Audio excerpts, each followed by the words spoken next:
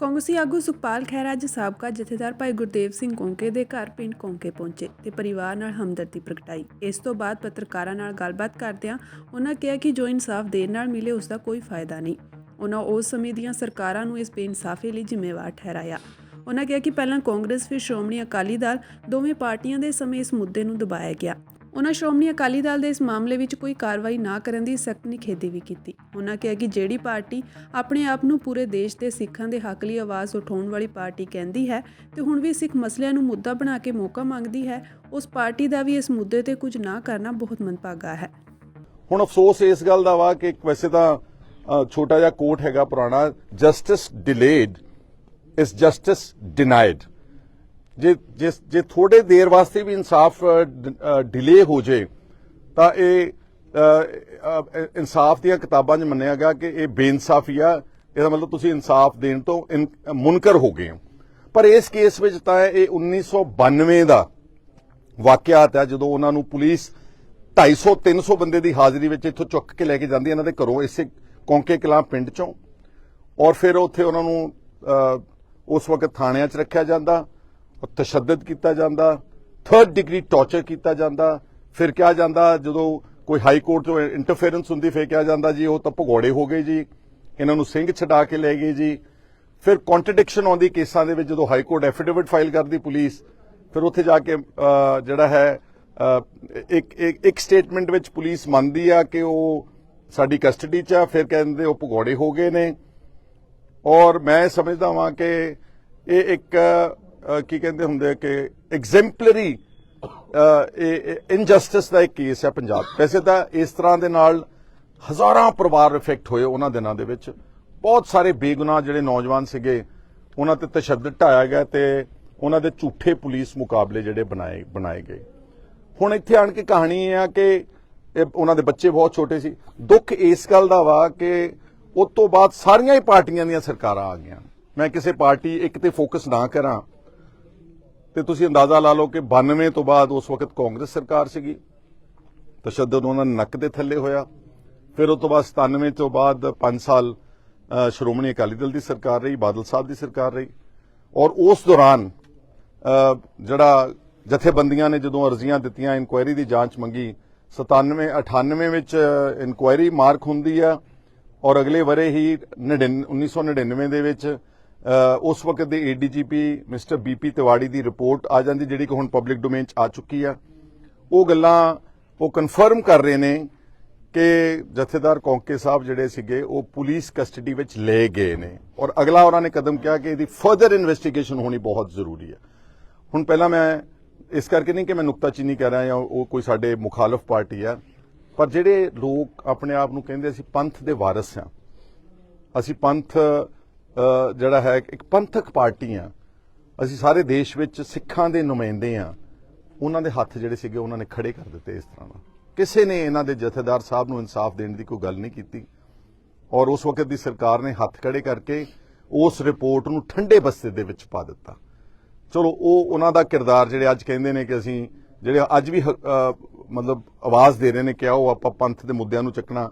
ਜੇ ਆਪਾਂ ਐਡਾ ਵੱਡਾ ਮੁੱਦਾ ਜਿਹੜਾ ਕਿ ਸਾਡਾ ਜਥੇਦਾਰ ਹੋਵੇ ਅਕਾਲ ਤਖਤ ਸਾਹਿਬ ਦਾ, ਕੋਈ ਰੂਟੀਨ ਆਦਮੀ ਨਾ ਹੋਵੇ, ਜੇ ਆਪਾਂ ਅਕਾਲ ਤਖਤ ਦੇ ਜਥੇਦਾਰ ਨੂੰ ਆਪਣੀ ਸਰਕਾਰ ਵੇਲੇ ਹੁੰਦਿਆਂ ਪੰਥ ਦੀ ਸਰਕਾਰ ਅਖਵਾਈਏ ਤੇ ਉਸ ਵਕਤ ਆਪਣੇ ਜਥੇਦਾਰ ਜਿਹੜਾ ਰਿਹਾ ਹੋਵੇ ਸਾਡੇ ਅਕਾਲ ਤਖਤ ਦਾ ਸੁਪਰੀਮ ਸਭ ਤੋਂ ਹਾਈਐਸਟ ਟੈਂਪੋਰਲ ਸੀਟ, 6ਵੇਂ ਪਾਤਸ਼ਾਹੀ ਦੀ ਮੀਰੀ ਤੇ ਪੀਰੀ ਦਾ ਤਖਤ ਹੋਵੇ, ਆਪਾਂ ਉਹਨੂੰ ਇਨਸਾਫ ਨਹੀਂ ਦਵਾ ਸਕੇ। ਤੇ ਹੁਣ ਆਪਾਂ ਕਿੱਦਾਂ ਯਕੀਨ, ਕਿਹੜੇ ਮੂੰਹ ਨਾਲ ਯਕੀਨ ਦਵਾ ਸਕਦੇ ਕਿ ਅਸੀਂ ਸਿੱਖਾਂ ਦੀ ਜਾਂ ਕੌਮ ਦੀ ਜਾਂ ਪੰਥ ਦੀ ਅਸੀਂ ਲੜਾਈ ਲੜਾਂਗੇ। ਇਹ ਹੋ ਗਿਆ ਉਹਨਾਂ ਦਾ ਕਿਰਦਾਰ।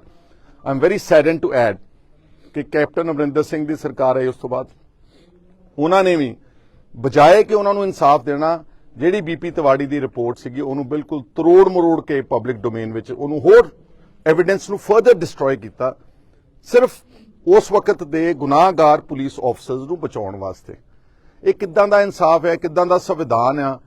ਆਪਾਂ ਦੁਹਾਈ ਤਾਂ ਦਿੰਨੇ ਆ ਬਾਬਾ ਸਾਹਿਬ ਅੰਬੇਦਕਰ ਸਾਹਿਬ ਦੀ ਜਿਨ੍ਹਾਂ ਨੇ ਸੰਵਿਧਾਨ ਘੜਿਆ, ਆਪਾਂ ਦੁਹਾਈ ਦਿੰਨੇ ਆ ਸ਼ਹੀਦ ਭਗਤ ਸਿੰਘ ਦੀ ਜਿਨ੍ਹਾਂ ਨੇ ਇਸ ਦੇਸ਼ ਨੂੰ ਆਜ਼ਾਦ ਕਰਾਉਣ ਵਾਸਤੇ ਆਪਣੀਆਂ ਜਾਨਾਂ ਵਾਰੀਆਂ, ਤੇ ਆਪਾਂ ਇੱਕ ਇਸ ਵਕਤ ਇਦਾਂ ਦੇ ਵੱਡੇ ਰੁਤਬੇ ਤੇ ਬੈਠੇ, ਕੌਮੀ ਰੁਤਬੇ ਤੇ ਬੈਠੇ ਬੰਦੇ ਨੂੰ ਇਨਸਾਫ ਦੇਣ ਦੀ ਬਜਾਏ ਥੋੜੇ ਜਿਹੇ ਪੁਲਿਸ ਆਫਸਰਸ ਨੂੰ ਬਚਾਉਣ ਵਾਸਤੇ ਆਪਾਂ ਆਪਣੇ ਸੰਵਿਧਾਨ ਨੂੰ ਤੈਸ਼ ਨੈਸ਼ ਉਹਨੂੰ ਆਪਣੇ ਥੱਲੇ ਰੋਂਦ ਰਹੇ ਹਾਂ।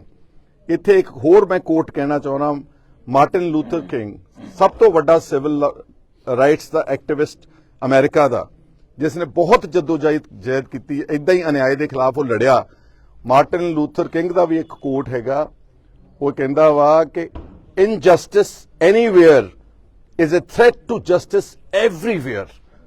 ਹੁਣ ਇੱਕ ਇਸ ਕੇਸ ਨੇ ਮਤਲਬ ਇੱਕ ਜਗ੍ਹਾ ਤੇ ਬੇਇਨਸਾਫੀ ਹੋਈ ਹੈ ਤੇ ਸਾਰਾ ਸਾਡਾ ਸਿਸਟਮ ਡਾਊਟਫੁਲ ਹੋ ਗਿਆ, ਔਰ ਅੱਜ ਵੀ ਉਹ ਉਸੇ ਤਰ੍ਹਾਂ ਦੀ ਹੀ ਵਿਚਾਰਧਾਰਾ, ਉਸੇ ਤਰ੍ਹਾਂ ਦਾ ਹੀ ਇੱਕ ਰਵੱਈਆ ਤੁਰਿਆ ਚੱਲਿਆ ਆਉਂਦਾ ਵਾ। ਔਰ ਹੁਣ ਮੈਂ ਮਗਰਲੀਆਂ ਸਰਕਾਰਾਂ ਨੂੰ I hold them responsible including my own party. I will not hesitate. ਜੇ ਕਿਸੇ ਨੇ ਗਲਤ ਕੰਮ ਕੀਤਾ ਤਾਂ ਗਲਤ ਰਹੂਗਾ, ਉਹਨੂੰ ਜਿੰਨਾ ਮਰਜ਼ੀ ਜਸਟੀਫਾਈ ਕਰੀਏ ਉਹ ਠੀਕ ਨਹੀਂ ਹੋ ਸਕਦਾ।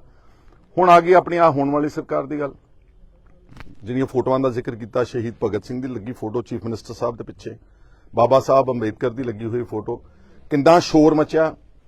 ਐਸਜੀਪੀ ਮੈਂ ਇੱਥੇ ਮੈਂ ਤਾਰੀਫ ਕਰਨਾ ਚਾਹੁੰਦਾ ਵਾਂ ਮੌਕੇ ਦੇ ਜਥੇਦਾਰ ਅਕਾਲ ਤਖਤ ਸਾਹਿਬ ਦੀ, ਭਾਈ ਸਾਹਿਬ ਗਿਆਨੀ ਰਘਬੀਰ ਸਿੰਘ ਜੀ ਦੀ, ਜਿਨ੍ਹਾਂ ਨੇ ਕੌਗਨੀਜੈਂਸ ਲਈ ਇਸ ਰਿਪੋਰਟ ਦੀ, ਜਿਨ੍ਹਾਂ ਨੇ ਐਸਜੀਪੀਸੀ ਨੂੰ ਫਾਰਵਰਡ ਕੀਤੀ ਕਿ ਤੁਸੀਂ ਇਹਨਾਂ ਦੀ ਜਾ ਕੇ ਲੜਾਈ ਲੜੋ।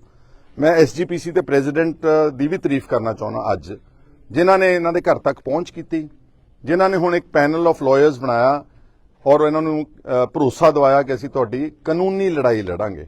ਪਰ ਮੌਕੇ ਦੀ ਸਰਕਾਰ ਹੁਣ ਫੇਰ ਸੁੱਤੀ ਹੋਈ ਹੈ। ਸਭ ਸ਼ੋਰ ਮਚ ਰਿਹਾ, ਜਥੇਦਾਰ ਕੌਂਕੇ, ਝੂਠਾ ਪੁਲਿਸ ਮੁਕਾਬਲਾ, ਤਸ਼ੱਦਦ, 3rd ਡਿਗਰੀ ਟਾਰਚਰ।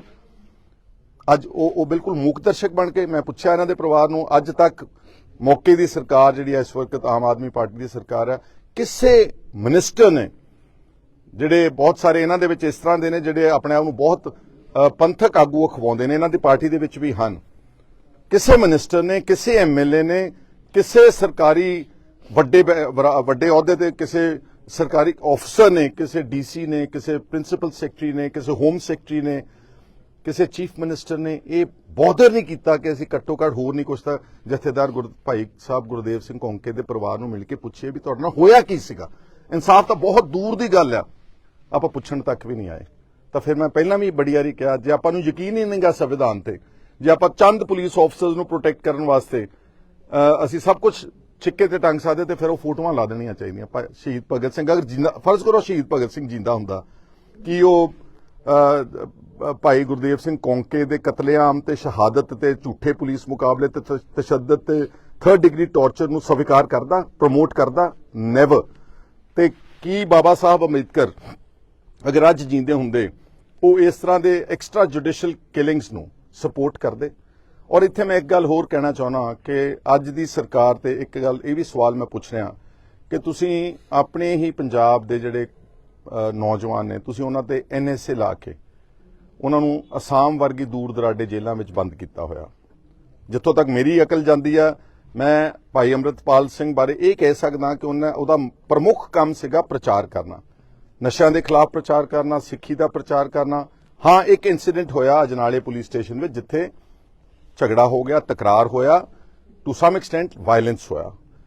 ਕੀ ਸਾਡੇ ਦੇਸ਼ ਦਾ ਸੰਵਿਧਾਨ ਤੇ ਸਾਡੇ ਕੋਲ ਸਾਡੀ ਪੁਲਿਸ ਮੈਕੈਨਿਜ਼ਮ ਇੰਨਾ ਕਮਜ਼ੋਰ ਹੈ ਕਿ ਅਸੀਂ ਜਿਹੜੀਆਂ ਸਾਡੇ ਕੋਲ ਸੈਕਸ਼ਨਸ ਅਵੇਲੇਬਲ ਨੇ, ਕੀ ਅਸੀਂ ਉਹਦੇ ਨਾਲ ਡੀਲ ਨਹੀਂ ਕਰ ਸਕਦੇ? ਤੁਸੀਂ 307 ਲਾਓ, ਤੁਸੀਂ 452 ਲਾਓ, ਤੁਸੀਂ ਹੋਰ ਜੋ ਤੁਹਾਡੇ ਕੋਲ ਧਾਰਾ ਤੁਸੀਂ ਲਾਉਨੇ ਹੋ ਲਾਓ, ਉਹਨਾਂ ਨੂੰ ਗ੍ਰਿਫਤਾਰ ਕਰੋ, ਲੇਕਿਨ ਰੱਖੋ ਤਾਂ ਘੱਟੋ ਘੱਟ ਪੰਜਾਬ ਦੀਆਂ ਜੇਲ੍ਹਾਂ ਵਿੱਚ। NSA is one of the most draconian laws which is opposed by every human rights body in the country. ਔਰ ਇਦਾਂ ਦਾ ਜਿਹੜਾ ਕਾਨੂੰਨ ਟਾਡਾ ਸੀਗਾ, ਇਹ ਅਲਟੀਮੇਟਲੀ ਗਵਰਨਮੈਂਟ ਆਫ ਇੰਡੀਆ ਨੇ ਟਾਡਾ ਨੂੰ ਵਿਡਰਾਅ ਕੀਤਾ ਸੀਗਾ।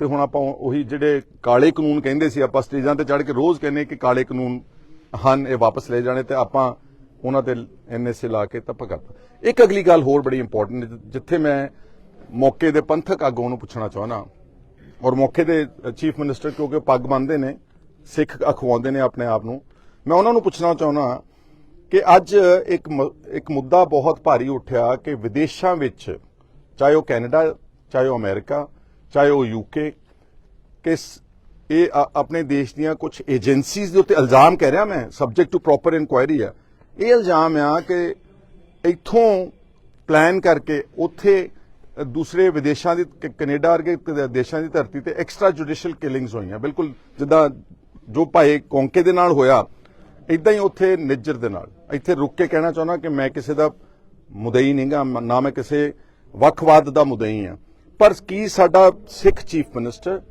ਔਰ ਅੱਜ ਦੇ ਸ਼੍ਰੋਮਣੀ ਅਕਾਲੀ ਦਲ ਦਾ ਪ੍ਰਧਾਨ ਇੰਨਾ ਵੀ ਨਹੀਂ ਪੁੱਛ ਸਕਦੇ ਸਰਕਾਰ ਨੂੰ ਕਿ ਘੱਟੋ ਘੱਟ ਸਾਡੀ ਇਸ ਦੀ ਪ੍ਰੋਪਰ ਜਾਂਚ ਹੋਣੀ ਚਾਹੀਦੀ ਹੈ। ਕੈਨੇਡਾ ਦਾ ਪ੍ਰਾਈਮ ਮਿਨਿਸਟਰ ਬੋਲ ਰਿਹਾ ਵਾ ਇੰਡੀਆ ਦੀ ਗਵਰਨਮੈਂਟ ਨੂੰ, ਉਹ ਕਹਿ ਰਹੇ ਨੇ ਕਿ ਇਹਦੀ ਜਾਂਚ ਕਰਵਾਓ, ਔਰ ਗਵਰਨਮੈਂਟ ਆਫ ਇੰਡੀਆ ਨੇ ਪ੍ਰੋਮਿਸ ਕੀਤਾ ਕਿ ਹਾਂ ਅਸੀਂ ਇਸ ਜਾਂਚ ਕਰਵਾਵਾਂਗੇ। ਅਮਰੀਕਾ ਦੇ ਪ੍ਰੈਜ਼ੀਡੈਂਟ ਦੇ ਆਫਿਸ ਚੋਂ at every level, starting firm the secretary of state ਜਿਹੜਾ ਉਹਨਾਂ ਦਾ ਫੋਰਨ ਅਫੇਅਰਸ ਦਾ ਮਿਨਿਸਟਰ ਹੈ, ਔਰ ਡਾਊਨ ਦ ਲਾਈਨ ਉਹਨਾਂ ਦੀ ਜਿੰਨੀਆਂ ਏਜੰਸੀਜ਼ ਆ ਉਹਨਾਂ ਨੇ ਇੱਥੇ ਇੰਡੀਆ ਵਿਜ਼ਿਟ ਕੀਤਾ ਵਾ। ਉਹਨਾਂ ਨੇ ਕਿਹਾ ਤੁਸੀਂ ਸਾਡੇ ਦੇਸ਼ਾਂ ਦੇ ਵਿੱਚ ਬੈਠੇ ਨਾਗਰਿਕਾਂ ਨੂੰ ਜਿਹੜਾ ਹੈ ਫਿਜ਼ੀਕਲ ਹਾਰਮ ਕਰਵਾ ਰਹੇ, ਇਹਦੀ ਅੱਛੀ ਪ੍ਰੋਪਰ ਜਾਂਚ ਹੋਣੀ ਚਾਹੀਦੀ ਹੈ। ਔਰ ਸਾਡੇ ਦੇਸ਼ ਦੀ ਗਵਰਨਮੈਂਟ ਨੇ ਪ੍ਰੋਮਿਸ ਕੀਤਾ ਕਿ ਜਾਂਚ ਹੋਊਗੀ। ਲੇਕਿਨ ਜਿਹੜੇ ਅਸੀਂ ਸਿੱਖ ਆਗੂ ਕਹਿੰਦੇ ਆ, ਅਸੀਂ ਕਹਿੰਦੇ ਕਿ ਵੀ R the leaders of Punjab and the Sikhs. ਇੱਕ ਪਾਰਟੀ ਕਹਿੰਦੀ ਅਸੀਂ ਪੰਥਕ ਆਗੂਆਂ, ਪੰਥਕ ਮੁੱਦਿਆਂ ਦੀ ਤੇ ਸਿੱਖਾਂ ਦੀ ਪੈਰਵਾਈ ਕਰਨੀ ਸਾਡੀ ਜ਼ਿੰਮੇਵਾਰੀ ਹੈ, ਪਰ ਹੈਗੇ ਅਸੀਂ ਏਡੇ ਵੱਡੇ ਮੁੱਦਿਆਂ ਦੇ ਉੱਤੇ ਚੁੱਪ ਹੈ, ਸਾਡਾ ਓਪੀਨੀਅਨ ਹੀ ਕੋਈ ਨਹੀਂਗਾ, ਨਾ ਹਾਂ ਦੇ ਵਿੱਚ ਓਪੀਨੀਅਨ ਹੈ ਨਾ ਦੇ ਵਿੱਚ ਓਪੀਨੀਅਨ ਹੈ। ਦੈਟ ਓਨਲੀ ਮੀਨਸ ਕਿ ਸਾਡੀ ਜਿਹੜੀ ਚੁੱਪੀ ਹੈ ਇਹ ਇੱਕ ਕਿਸਮ ਦਾ ਲਾਇਸੈਂਸ ਹੈ ਕਿ ਤੁਸੀਂ ਜੋ ਕੀਤਾ ਜਾ ਰਿਹਾ, ਜੋ ਹੋ ਰਿਹਾ, ਜੋ ਭਾਈ ਗੁਰਦੇਵ ਸਿੰਘ ਕੌਂਕੇ ਦੇ ਨਾਲ ਹੋਇਆ, ਉਹ ਇਹਨੂੰ ਜਸਟੀਫਾਈ ਕਰਦੇ ਨਜ਼ਰ ਆਉਂਦੇ। ਬਸ ਇੰਨਾ ਹੀ ਮੈਂ ਕਹਿਣਾ ਚਾਹੁੰਦਾ ਸੀ ਤੁਹਾਡੇ ਜ਼ਰੀਏ। ਅਸੀਂ ਜਿੰਨੇ ਜੋਗੇ ਹੈ ਪਬਲਿਕ ਡੋਮੇਨ 'ਚ ਵੀ ਗੱਲ ਲਿਆਵਾਂਗੇ, ਅਗਰ ਮੌਕਾ ਦਿੰਦੇ ਨਹੀਂ ਹੈ ਮੈਨੂੰ ਤਾਂ ਖਾਸ ਤੌਰ ਤੇ, ਅਗਰ ਦੇਣਗੇ ਤਾਂ ਪੰਜਾਬ ਦੀ ਵਿਧਾਨ ਸਭਾ ਦੇ ਵਿੱਚ ਵੀ ਮੁੱਦੇ ਨੂੰ, ਇਸ ਨੂੰ ਅਸੀਂ ਲੈ ਕੇ ਜਾਵਾਂਗੇ।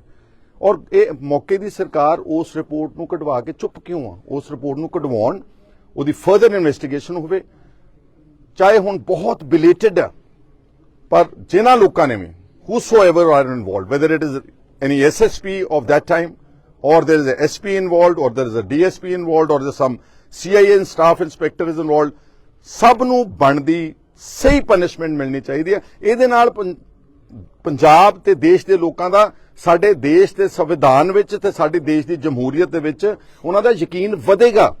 ਤੇ ਜਦੋਂ ਅਸੀਂ ਇਨਸਾਫ ਦੇਣ ਤੋਂ ਮੁਨਕਰ ਹੋ ਜਾਂਦੇ ਹਾਂ, ਅਸੀਂ ਡਿਲੇ ਕਰਦੇ ਹਾਂ, ਠੰਡੇ ਬਸਤੇ 'ਚ ਪਾ ਦਿੰਦੇ ਹਾਂ, ਤੇ ਉਹਦੇ ਨਾਲ ਤੁਹਾਡਾ ਆਪਣੀ ਜਨਤਾ ਦਾ ਵਿਸ਼ਵਾਸ ਤੁਸੀਂ ਆਪਣੇ ਦੇਸ਼ ਦੀ ਨਿਆਂ ਪ੍ਰਣਾਲੀ ਦੇ ਵਿੱਚ ਘਟਾ ਰਹੇ ਹੋ। ਇੰਨੀ ਗੱਲ ਤੁਹਾਡੇ ਜ਼ਰੀਏ ਸਾਰੇ ਦੁਨੀਆ 'ਚ ਬੈਠੇ ਪੰਜਾਬ ਦੇ ਜਿਹੜੇ ਇਨਸਾਫ ਪਸੰਦ ਲੋਕ ਆ ਉਹਨਾਂ ਤੱਕ ਅਸੀਂ ਪਹੁੰਚਾਉਣਾ ਚਾਹੁੰਦੇ ਸੀਗੇ।